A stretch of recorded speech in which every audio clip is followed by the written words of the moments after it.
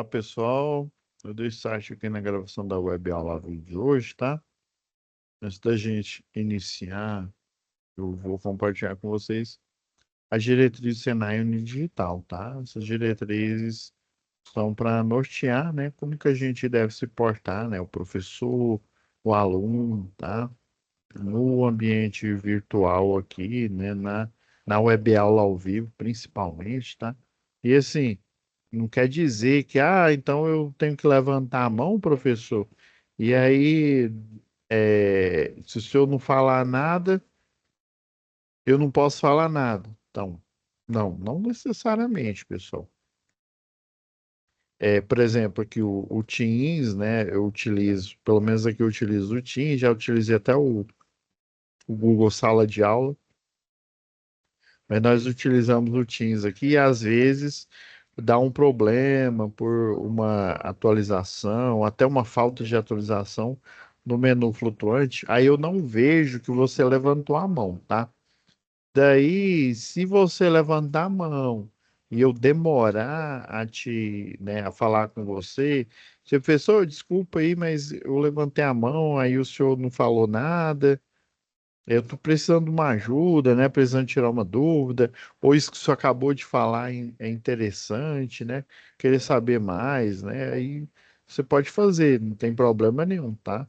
Esse, assim, essa orientação é para que a aula fique mais fluida, tá? Então, eu vou compartilhar, depois a gente volta à nossa programação normal de hoje, tá?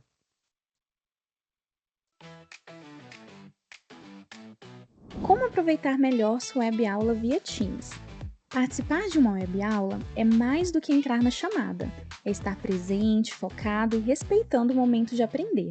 Vamos às dicas? Escolha um lugar tranquilo, bem iluminado e sem barulhos. Isso ajuda você e toda a turma a manter o foco na aula. Entre na sala alguns minutos antes do horário. Assim você consegue testar a internet, o áudio e começar a aula com calma. Sempre que possível, mantenha a câmera ligada. Isso mostra envolvimento.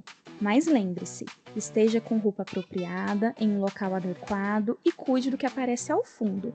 Você está em um ambiente de aprendizagem. Quer falar? Use o chat ou a função levantar a mão.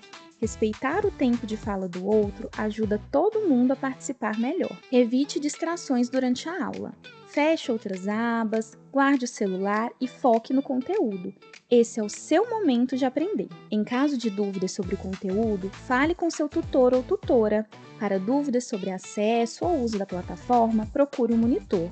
Use o AVA, ele é o seu canal direto com a equipe. Você faz parte da aula e a gente está aqui para ajudar você a aproveitar o melhor dela.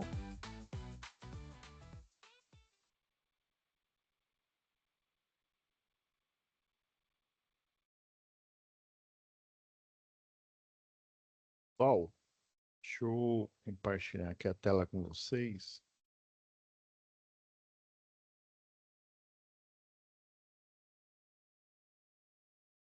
Bom, gente, na última aula, que foi a 4, né, aula 4 aí, a gente falou um pouco mais aí sobre a teoria, né? A gente tinha aproveitado, a gente tinha analisado a atividade 2, que tem a ver com hidráulica, né?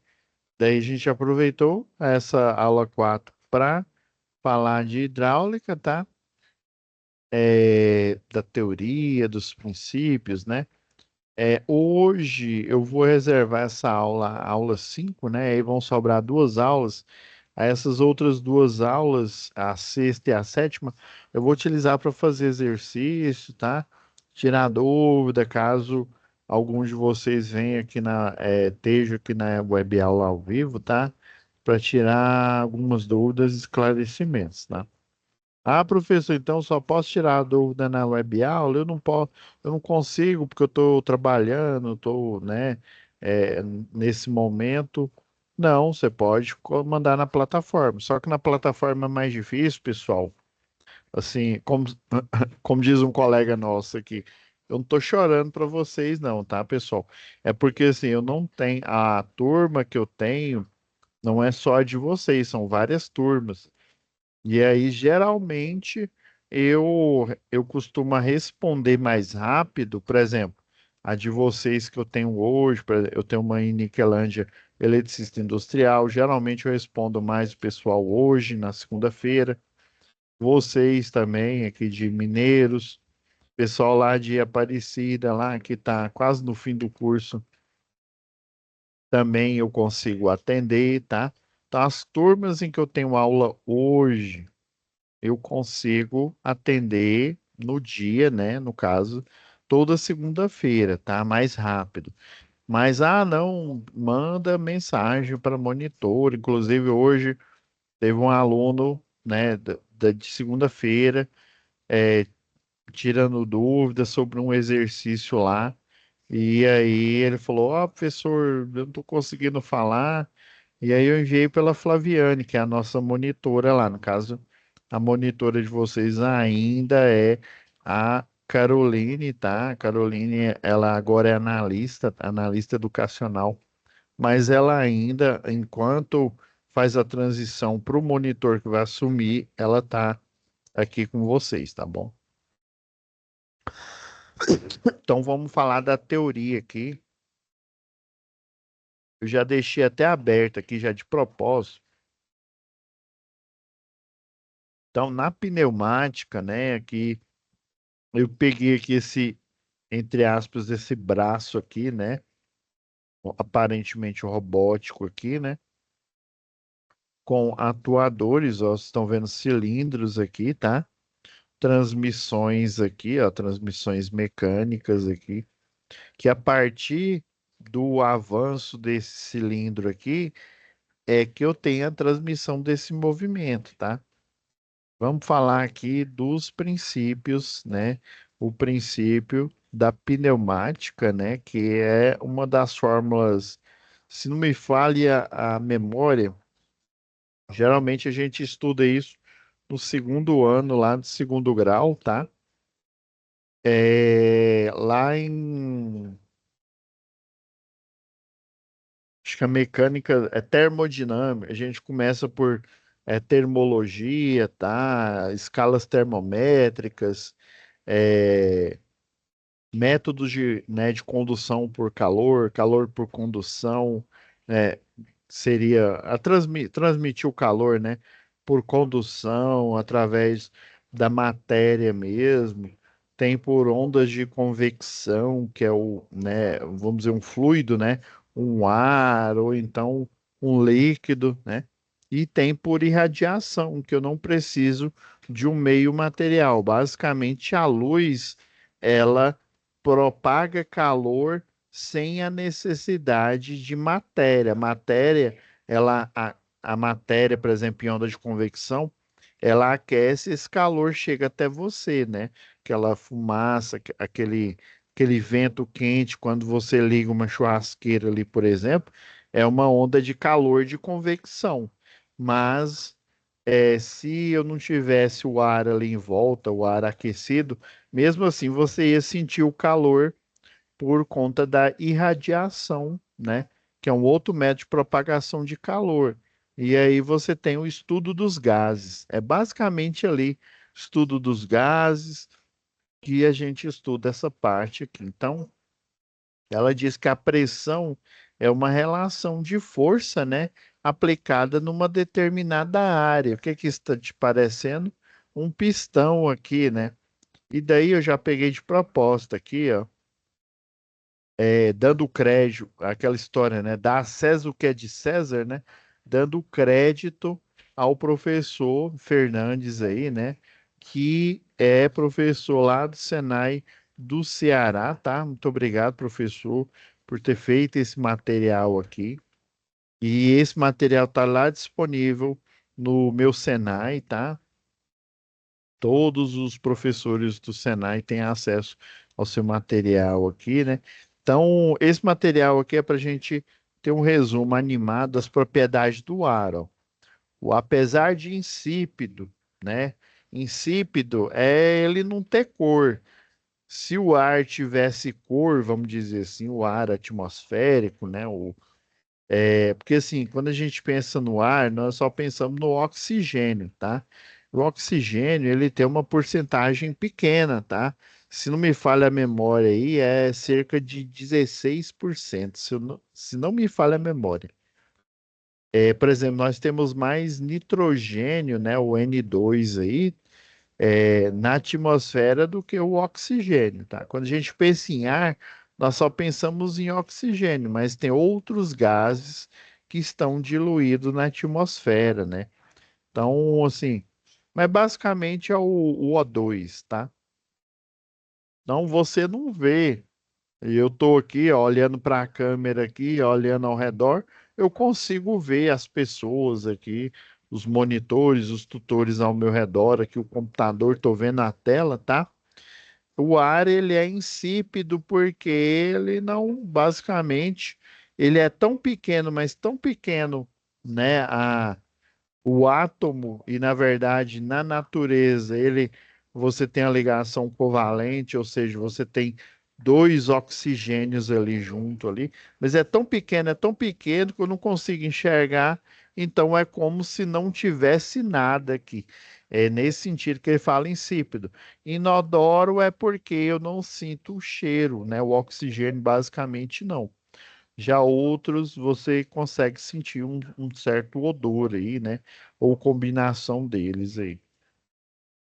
Por exemplo, o O3, o ozônio, você consegue sentir um fedor aí, que é o fedor basicamente, por exemplo, você tem uma descarga elétrica, a descarga elétrica ela quebra o O2, tá?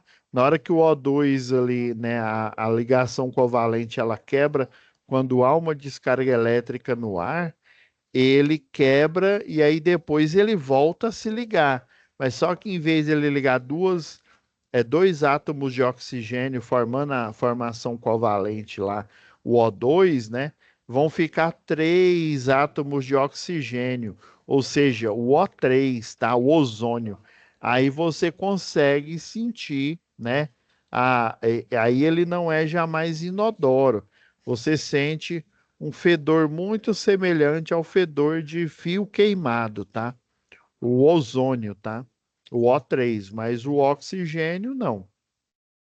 Incolor, né? Não tem cor, né? Já não consegue ver ele a olho nu, né? E tal. A dispersão dele, e ele é incolor, né? Percebemos que o ar através do vento, ou seja, eu sei, tem uma teoria, ela é meio que matemática e física ao mesmo tempo, é do início da física. Não é porque uma coisa não, né, você não saiba que ela exista, que ela não exista. Como assim? Não é que eu não vejo, eu não consigo visualizar, né? O ar, eu sei que ele existe, ó. Se eu fizer assim com a mão, ó, eu sinto a corrente de ar. Se eu vir aqui, ó, eu tô soprando, ó, tô soprando, eu estou sentindo, ó, através do tato o ar, tá? Então, não é que eu não veja ele, o ar não existe, eu não estou vendo ele, então quer dizer que ele não existe. Ele existe, tá? A gente consegue perceber, tá? Tanto conseguimos perceber que aí, né, lá, se eu não me engano, o ar, um dos precursores aí, um grande, né, matemático, viu? Aí físico, depois que eles chamaram a física do jeito que a gente conhece hoje, tá? Antigamente, física era simplesmente a descrição de um processo, de um fenômeno na natureza, tá? Era uma descrição mesmo, era um texto e não tinha as fórmulas igual a gente está vendo aqui, né? Pressão é igual a força em uma determinada que seria a força área, que seria a desse pistão aqui, né? Então, ó, e através dele, ó, os pássaros, né, os aviões, né, flutuam e se movimentam, assim como os peixes, né, os mamíferos aquáticos aí, né, a baleia, por exemplo, né, ela flutua, até nós aí, né, quando a gente aprende a nadar aí, né, nós flutuamos na água, tá? A água. ela é incolor, mas ela não é totalmente insípida, não, tá? A gente consegue, além de sentir ela mais obviamente, né? Ela tem uma densidade maior, tá? Então, ela flutua, né? Assim, por isso que chamam o ar de fluido também, né? Apesar de que a gente pensa hidráulica, a gente pensa em fluido, né? A gente já pensa em água, né? Aí na indústria é o óleo, mas o ar, né? A gente, as equações que descrevem o ar são as mesmas que descrevem os fluidos, tá bom? Tem um pouquinho de diferença no chamado de densidade, né? Ou a chamada densidade relativa também de um material. Concluímos facilmente que o ar tem existência real e concreta, ocupando lugar no espaço, tá?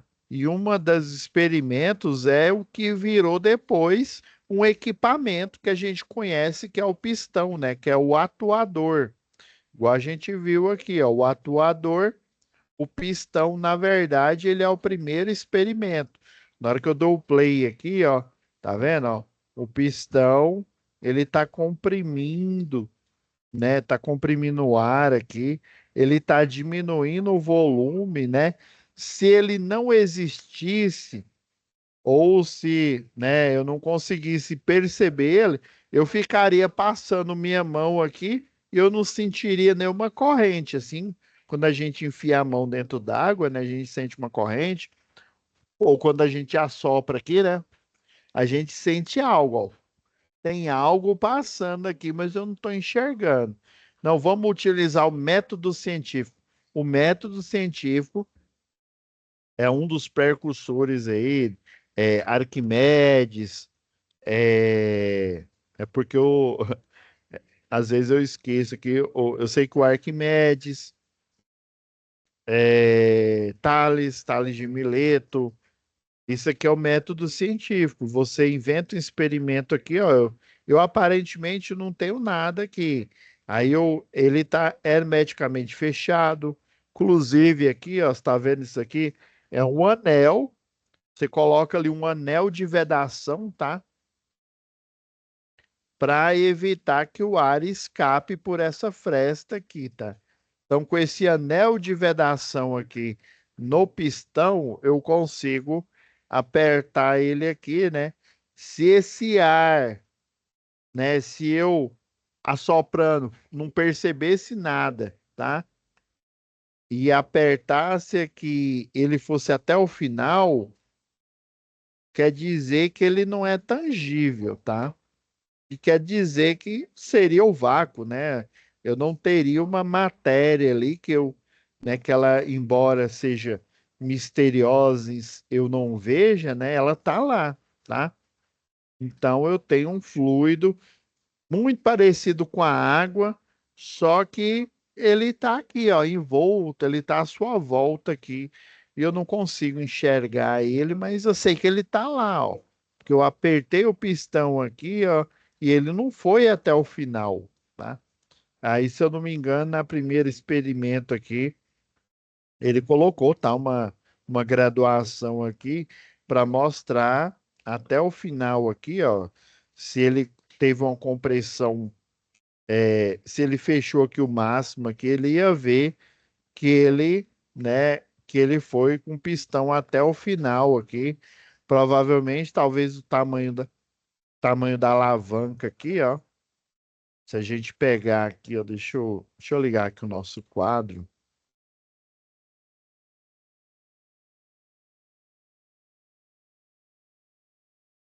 É porque eu não consigo desenhar consigo desenhar em cima aqui. Vou ter que desenhar, usar esse quadrinho aqui.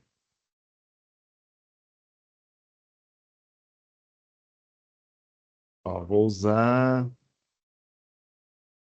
esse tamanho aqui. Vou utilizar a caneta aqui, que aí eu consigo ter mais precisão aqui, ó.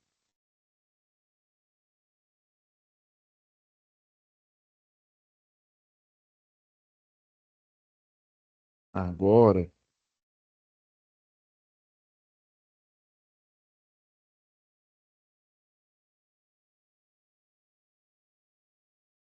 ó, tá vendo o tamanho dele aqui, ó? Eu vou melhorar aqui, ó. Eu vou desenhar aqui ele como um objeto fechado aqui.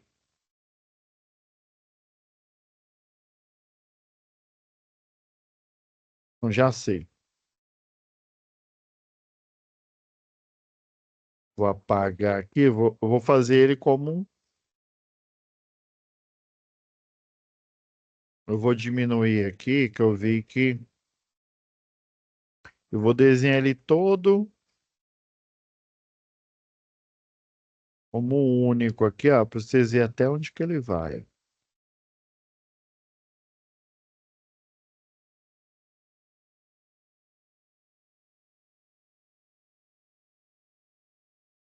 Tá vendo aqui, ó?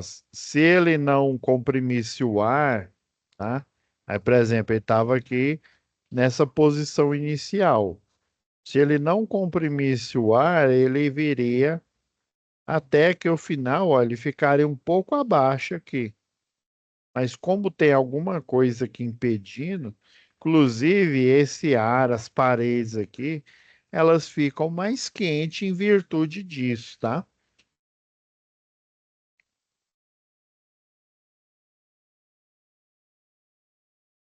Então vamos continuar aqui.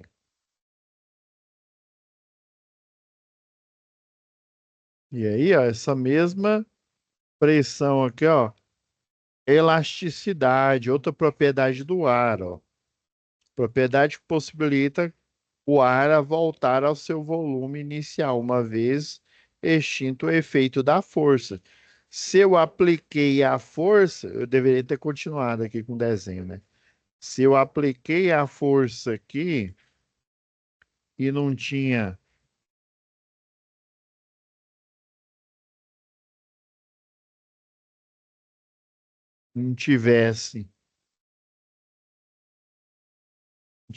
nada aqui, né? Ele iria até o final. Inclusive, ele não teria nessa força para voltar ao seu estado normal aqui, né? O volume inicial, tá? E o volume final, no caso aqui, ó, vai ser menor que o volume inicial, que é o que começou o movimento aqui. Então, propriedade de elasticidade. Vamos para o próximo aqui. Agora, eu vou tirar aqui, vou deixar aqui. Essa propriedade de difusabilidade é a propriedade que permite misturar-se de forma homogênea com qualquer meio gasoso que não esteja saturado. Aí está dizendo saturado aqui é que não esteja, né, preenchendo aqui completamente, tá, o invólucro. Ah, eu tenho que apertar aqui.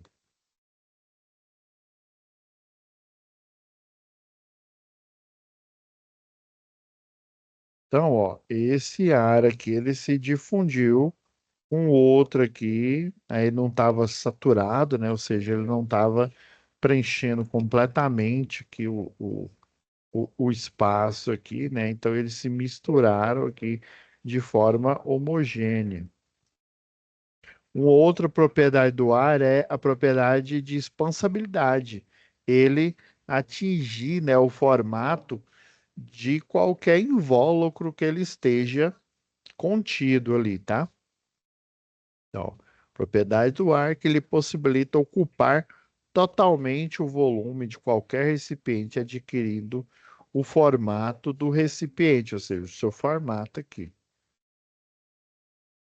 Então, ó, esse ar aqui, ó, vermelho, ele preencheu tudo aqui, tá?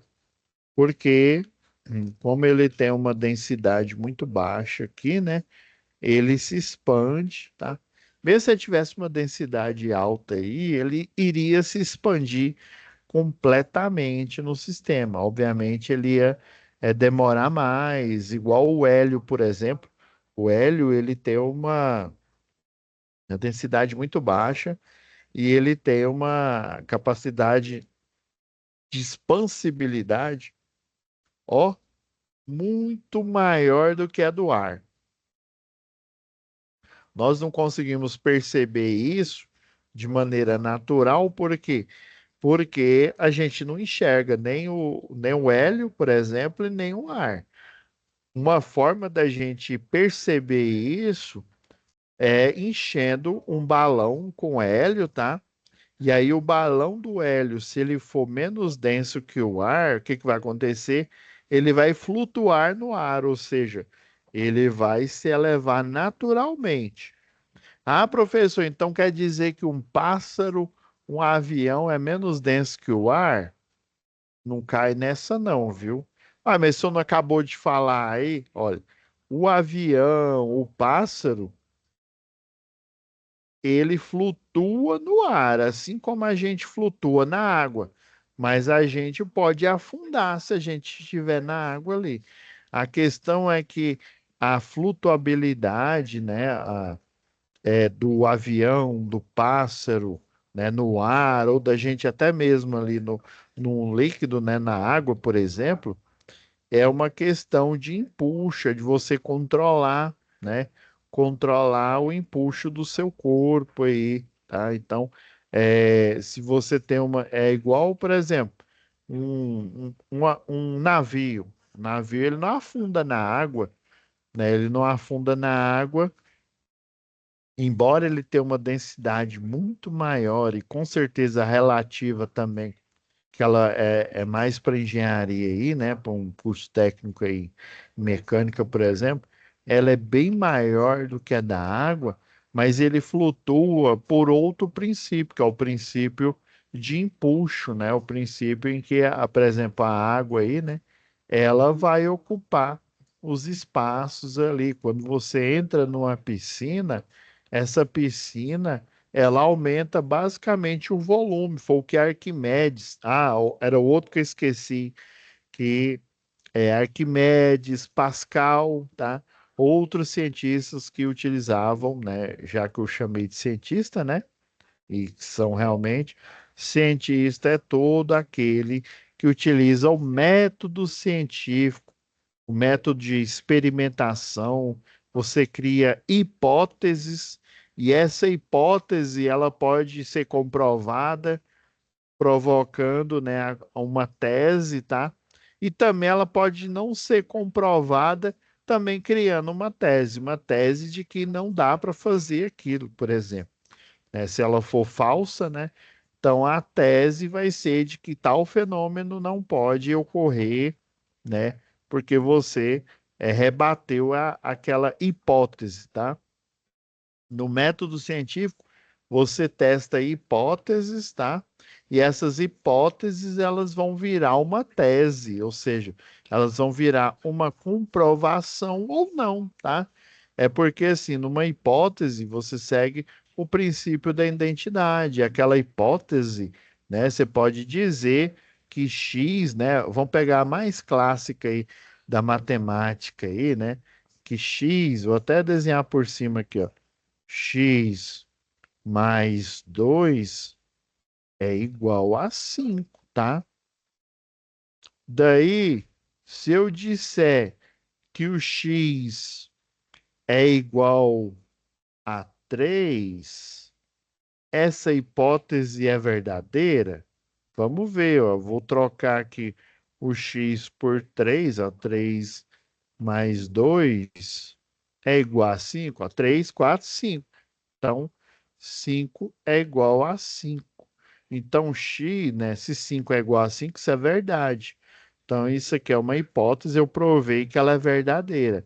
Agora, se eu dissesse que x é igual, sei lá, a 2, aí eu iria testar essa hipótese.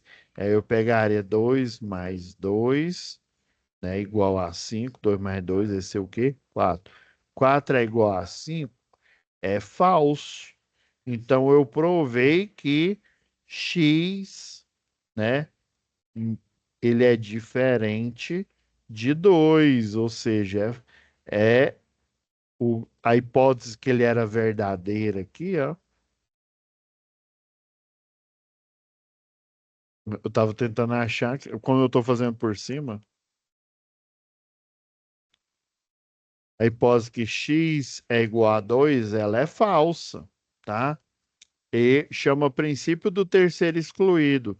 Toda hipótese, toda tese, né? Na verdade, chama de sentença, tá?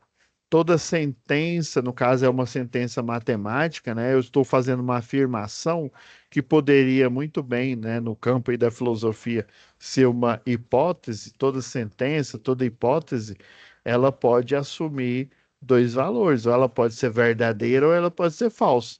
Ela não pode ser falsa e verdadeira ao mesmo tempo, que chama princípio do terceiro excluído, tá? Base do processo científico.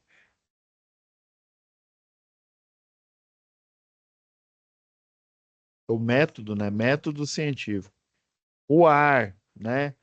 Como toda matéria concreta, o ar, né?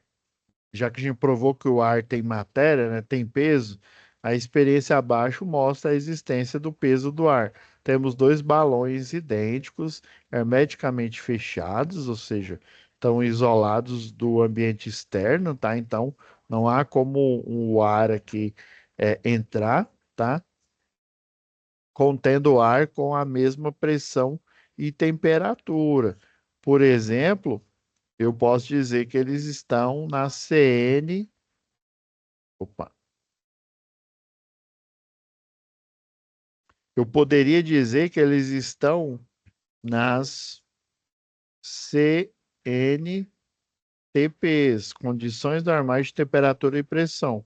Por exemplo, 24 graus Celsius, a pressão de uma atmosfera, tá?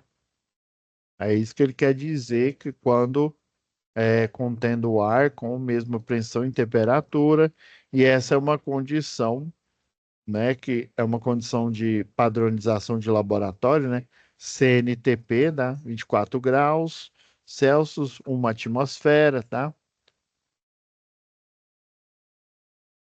É, colocando numa balança de precisão, os pratos se equilibram, tá?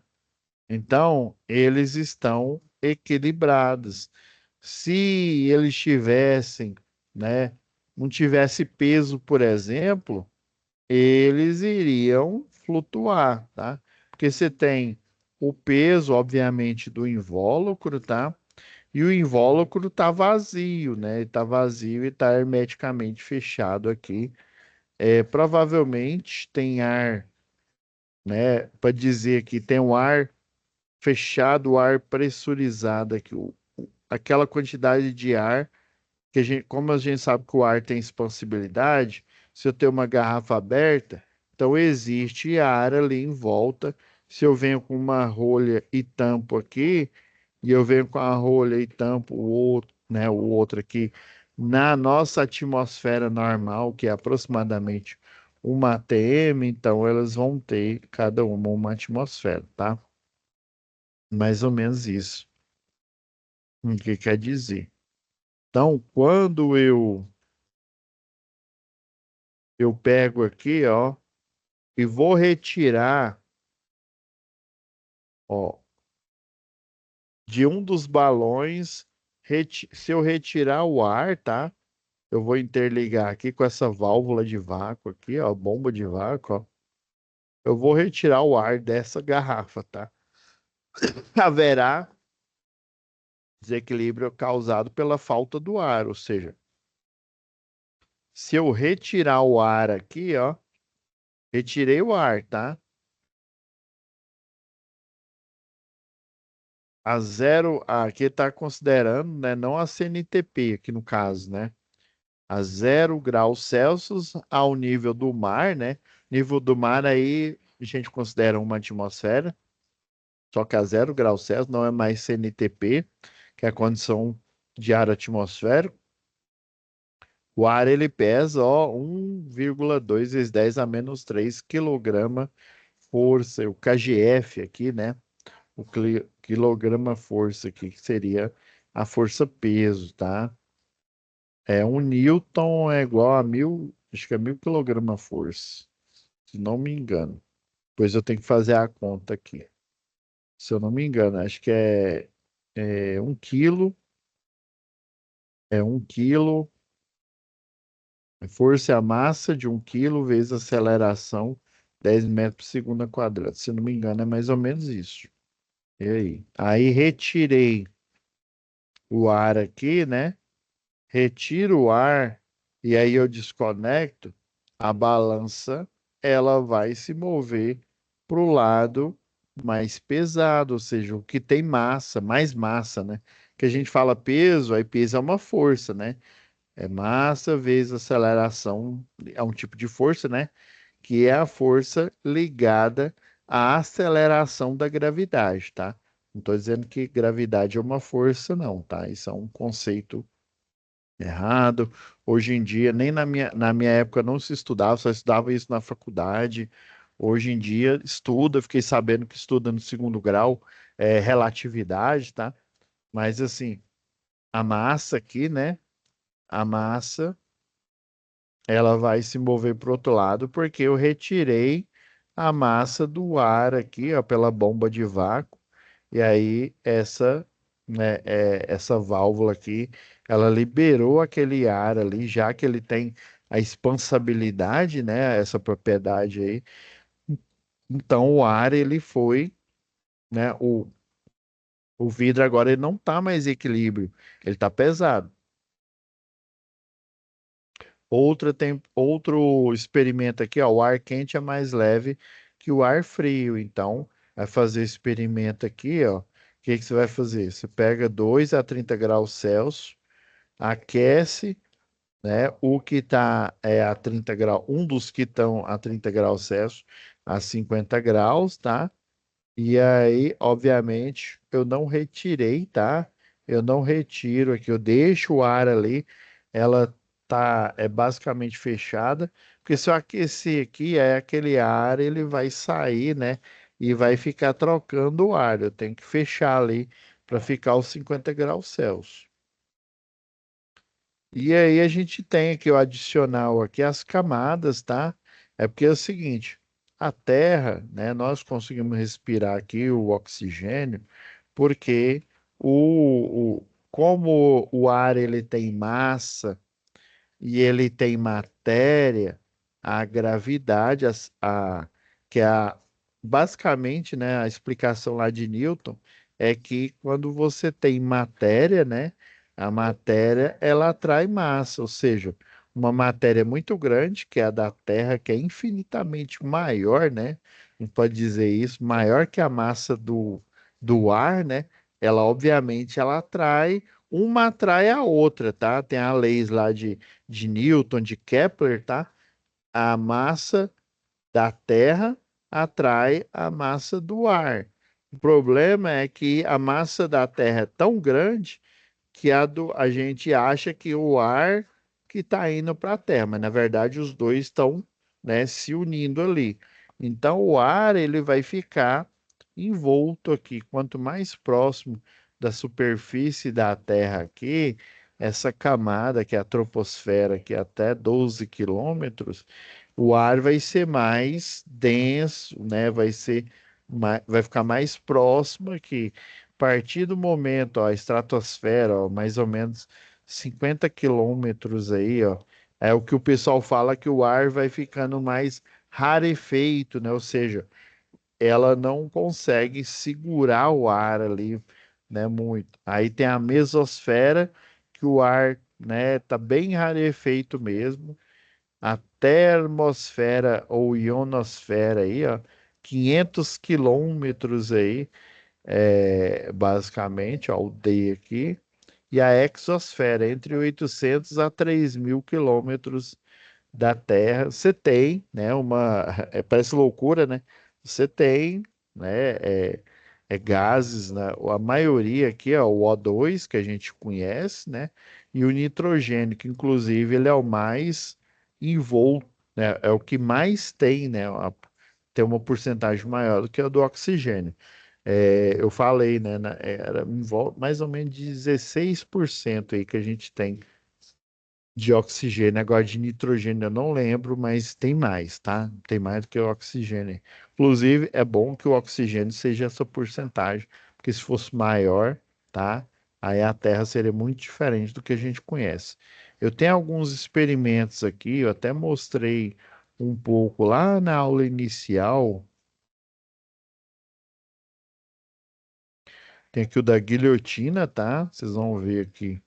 Eu vou apagar aqui, vou forçar o quadro virtual a apagar a tela, tá?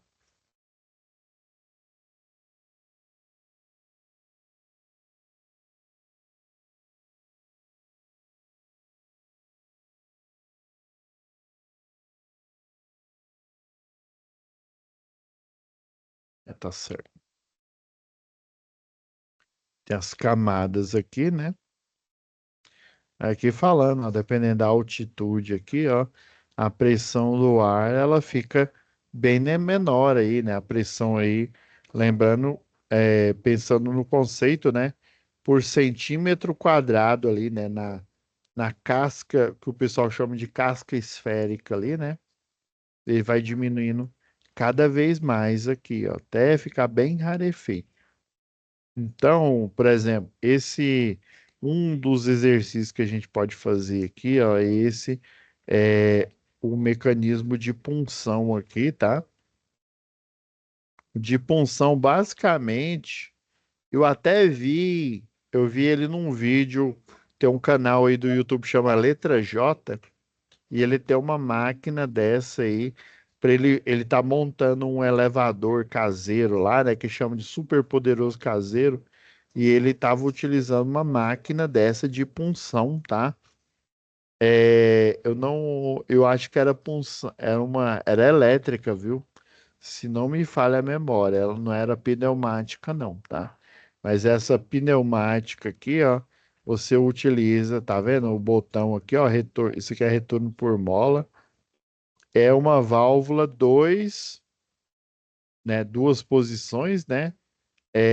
Aí, no caso aqui, ela tem um bloqueio e tem, na hora que você liga aqui, ó, na hora que você liga e desliga aqui, ó, o bloqueio é antes do ar passar, tá? Então, você tem uma via, o bloqueio já é uma via.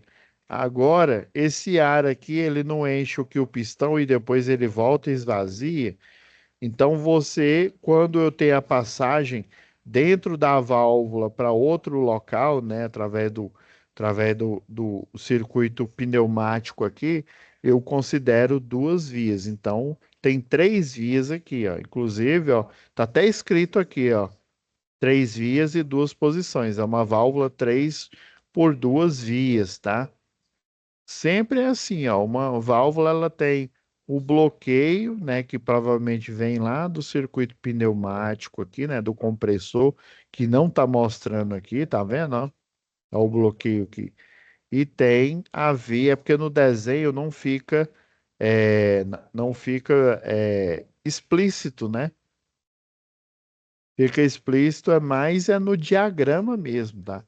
O diagrama ele é explícito, ó, tem um botão mecânico, retorno por mola. Eu gosto dessas simulações aqui, ó, que elas são, né, elas mostram mesmo o que que acontece aqui no ar. Então, essa aplicação de punção aqui, ó, um compressorzinho com uma válvula 3 por 2 vias, é um acionamento mecânico aqui, né, manual, tá? Manual que vai acionar o implemento mecânico. Retorno por mola, tá? Uma válvula 3 por 2. Um pistão aqui, tá?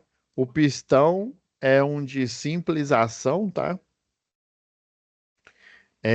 Com retorno aqui, ó, o retorno do pistão, ele ter uma mola aqui, ó, porque vai ter essa transmissão aqui, ó, que ela vai fazer com que ele gire nessa base aqui, ó, e ele consiga fazer esse movimento aqui, ó, que a bigorna aqui do punçor aqui, ó, ela vai fazer uma pressão na chapa que fica aqui em cima, ó, e aí furar ela aqui, ó.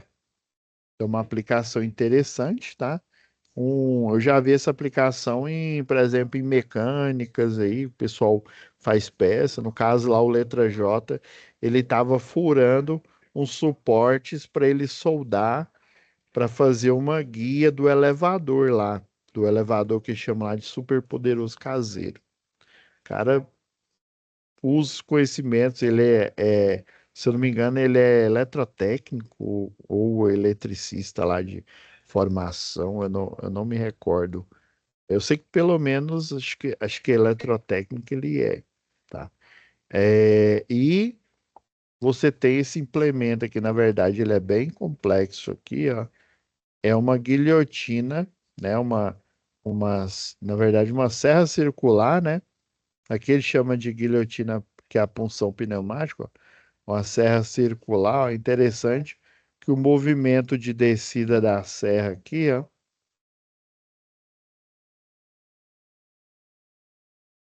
movimento de descida e até inclusive de rotação aqui, ó.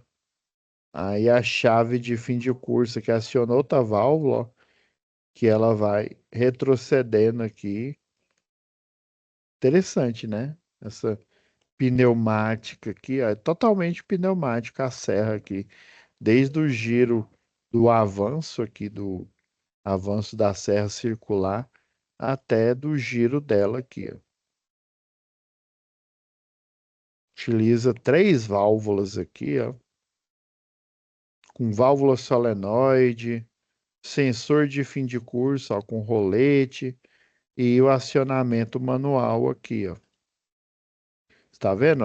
Muitas dessas aplicações aí, além da técnica, é basicamente a criatividade. Igual essa máquina de punção aqui, né, de furar as chapas, você coloca esse pistão aqui, ó, e ele tem essa transmissão, ó, como ele tem essa base que ela gira em um ângulo aqui, ó, aí você tem esse movimento aqui angular aqui, ó. Aí, inclusive, a transmissão aqui do circuito pneumático é um tubo flexível, né? Então você consegue esse movimento, não totalmente circular, né? Mas esse movimento, como a junção, tá vendo ali a junção do pistão ali, em vez de ser fixa, né? De ambos ali, né? Em vez de ser fixa, aí ela vai criar um braço de alavanca aqui, ó. Esse braço de alavanca aqui, ó, ele faz com que transmita o movimento aqui, empurre a peça aqui, a chapa, né? E aqui, ó, nessas duas bases aqui, para dar pressão, né? Como se fosse o músculo do nosso braço aqui, ó, para a gente impulsionar, né? O músculo, por exemplo, aqui, o bíceps, o tríceps, mas mais o bíceps, ó. Faz o trabalho de bíceps aqui do braço aqui. Porque eu não tenho muito bíceps aqui para mostrar. Mas seria o trabalho aí do pistão, tá? Então é isso, pessoal. Então é isso, pessoal. Fiquem com Deus e até a próxima web aula ao vivo. Tchau, tchau. A gente se vê na próxima.